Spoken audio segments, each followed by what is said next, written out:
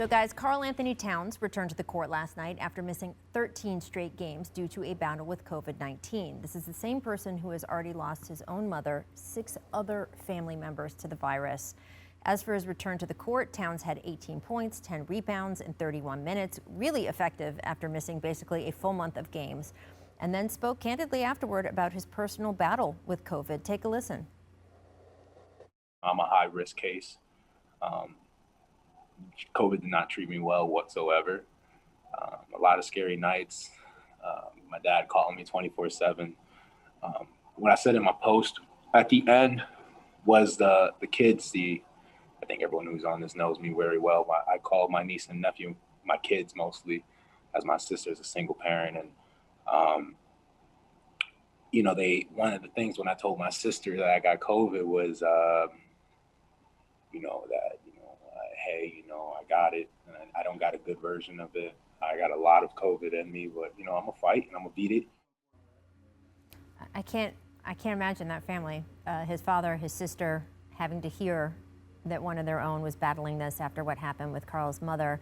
Very powerful words there. Towns, of course, a 2-time All-Star, which led him to getting questions about the current plans for the All-Star game and the weekend events, which seem to be picking up steam. According to our Adrian Wojnarowski, the league is progressing on a plan for a halftime slam dunk contest at the All-Star game. A 3-point shootout and skills competition also expected to be part of the Sunday night event, sources said. Finalized details are expected later this week. And here's Karl-Anthony Towns on those plans. I did see the All-Star game.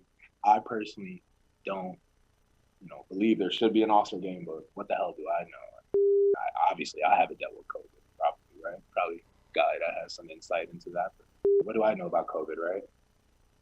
So I don't believe that should happen. But the world is coming to a place where I wish, selfishly, I wish it was at this point when my mom was here. It could have made things a lot easier, and it could have gave me a better chance and better resources. But even for me, I felt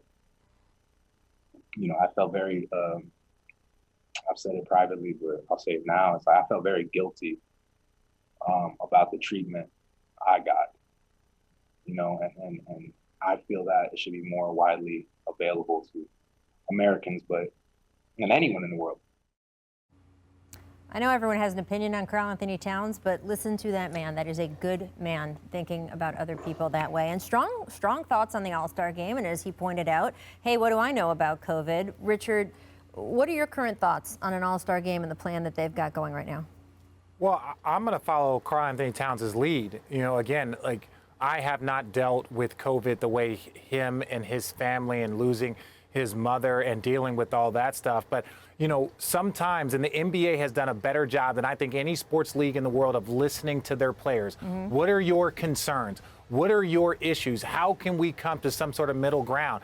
And right now, it doesn't look like that. When the best players in the world don't think it's needed, when guys that would be first-time All-Stars like De'Aaron Fox has come out and said, I don't think that this is necessary. So even selfishly, he is a person that would be a first-time All-Star. And so if you listen to the players, they don't think it's necessary. And so I'm just going to follow their lead.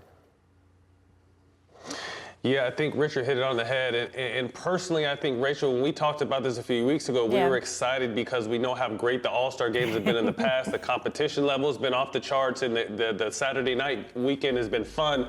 But I think Richard hit it on the head. They didn't listen to their players this time around. And my view on this is completely shifted after hearing the players. You know what I mean? Because we are former players, Richard and myself. So I definitely think they should have listened to players considering all the factors. They had a crazy situation in the bubble for 100-plus days, short off season. Season starts on Christmas. Now they're finally supposed to be able to get a little bit of break to spend time with their family and just kind of decompress. And they're thrown into another bubble-like situation for All-Star. So All-Star is supposed to be a celebration of all the best players in the league, and I get that, but I definitely think they missed the ball by not listening to their players because the players run this league and make the league go. And look, we know, and we've had multiple guys say it, hey, we all know this is about money. There is a lot of money involved, but I think sometimes you got to weigh, and if you throw up the results again, producer Danny, of the voting, and look at the guys who are going to the All-Star game, right? So you've heard Giannis Antetokounmpo say, hey, I don't really want to go. You've heard LeBron James say, this feels like a slap in the face, is what LeBron said. Again, and now you have Karl-Anthony Towns, who, as he notes, has probably had more experience with COVID than anyone else in the NBA in such a tragic way. His voice is now coming out and saying it. I'm very curious to see how the league proceeds here. It is my experience when the NBA wants something to happen, it happens. You guys know about that. But they are getting a pretty strong message, loud and clear, from so many of their top players. We will see what happens. Thanks for watching ESPN on YouTube. For live streaming sports and premium content, subscribe to ESPN+.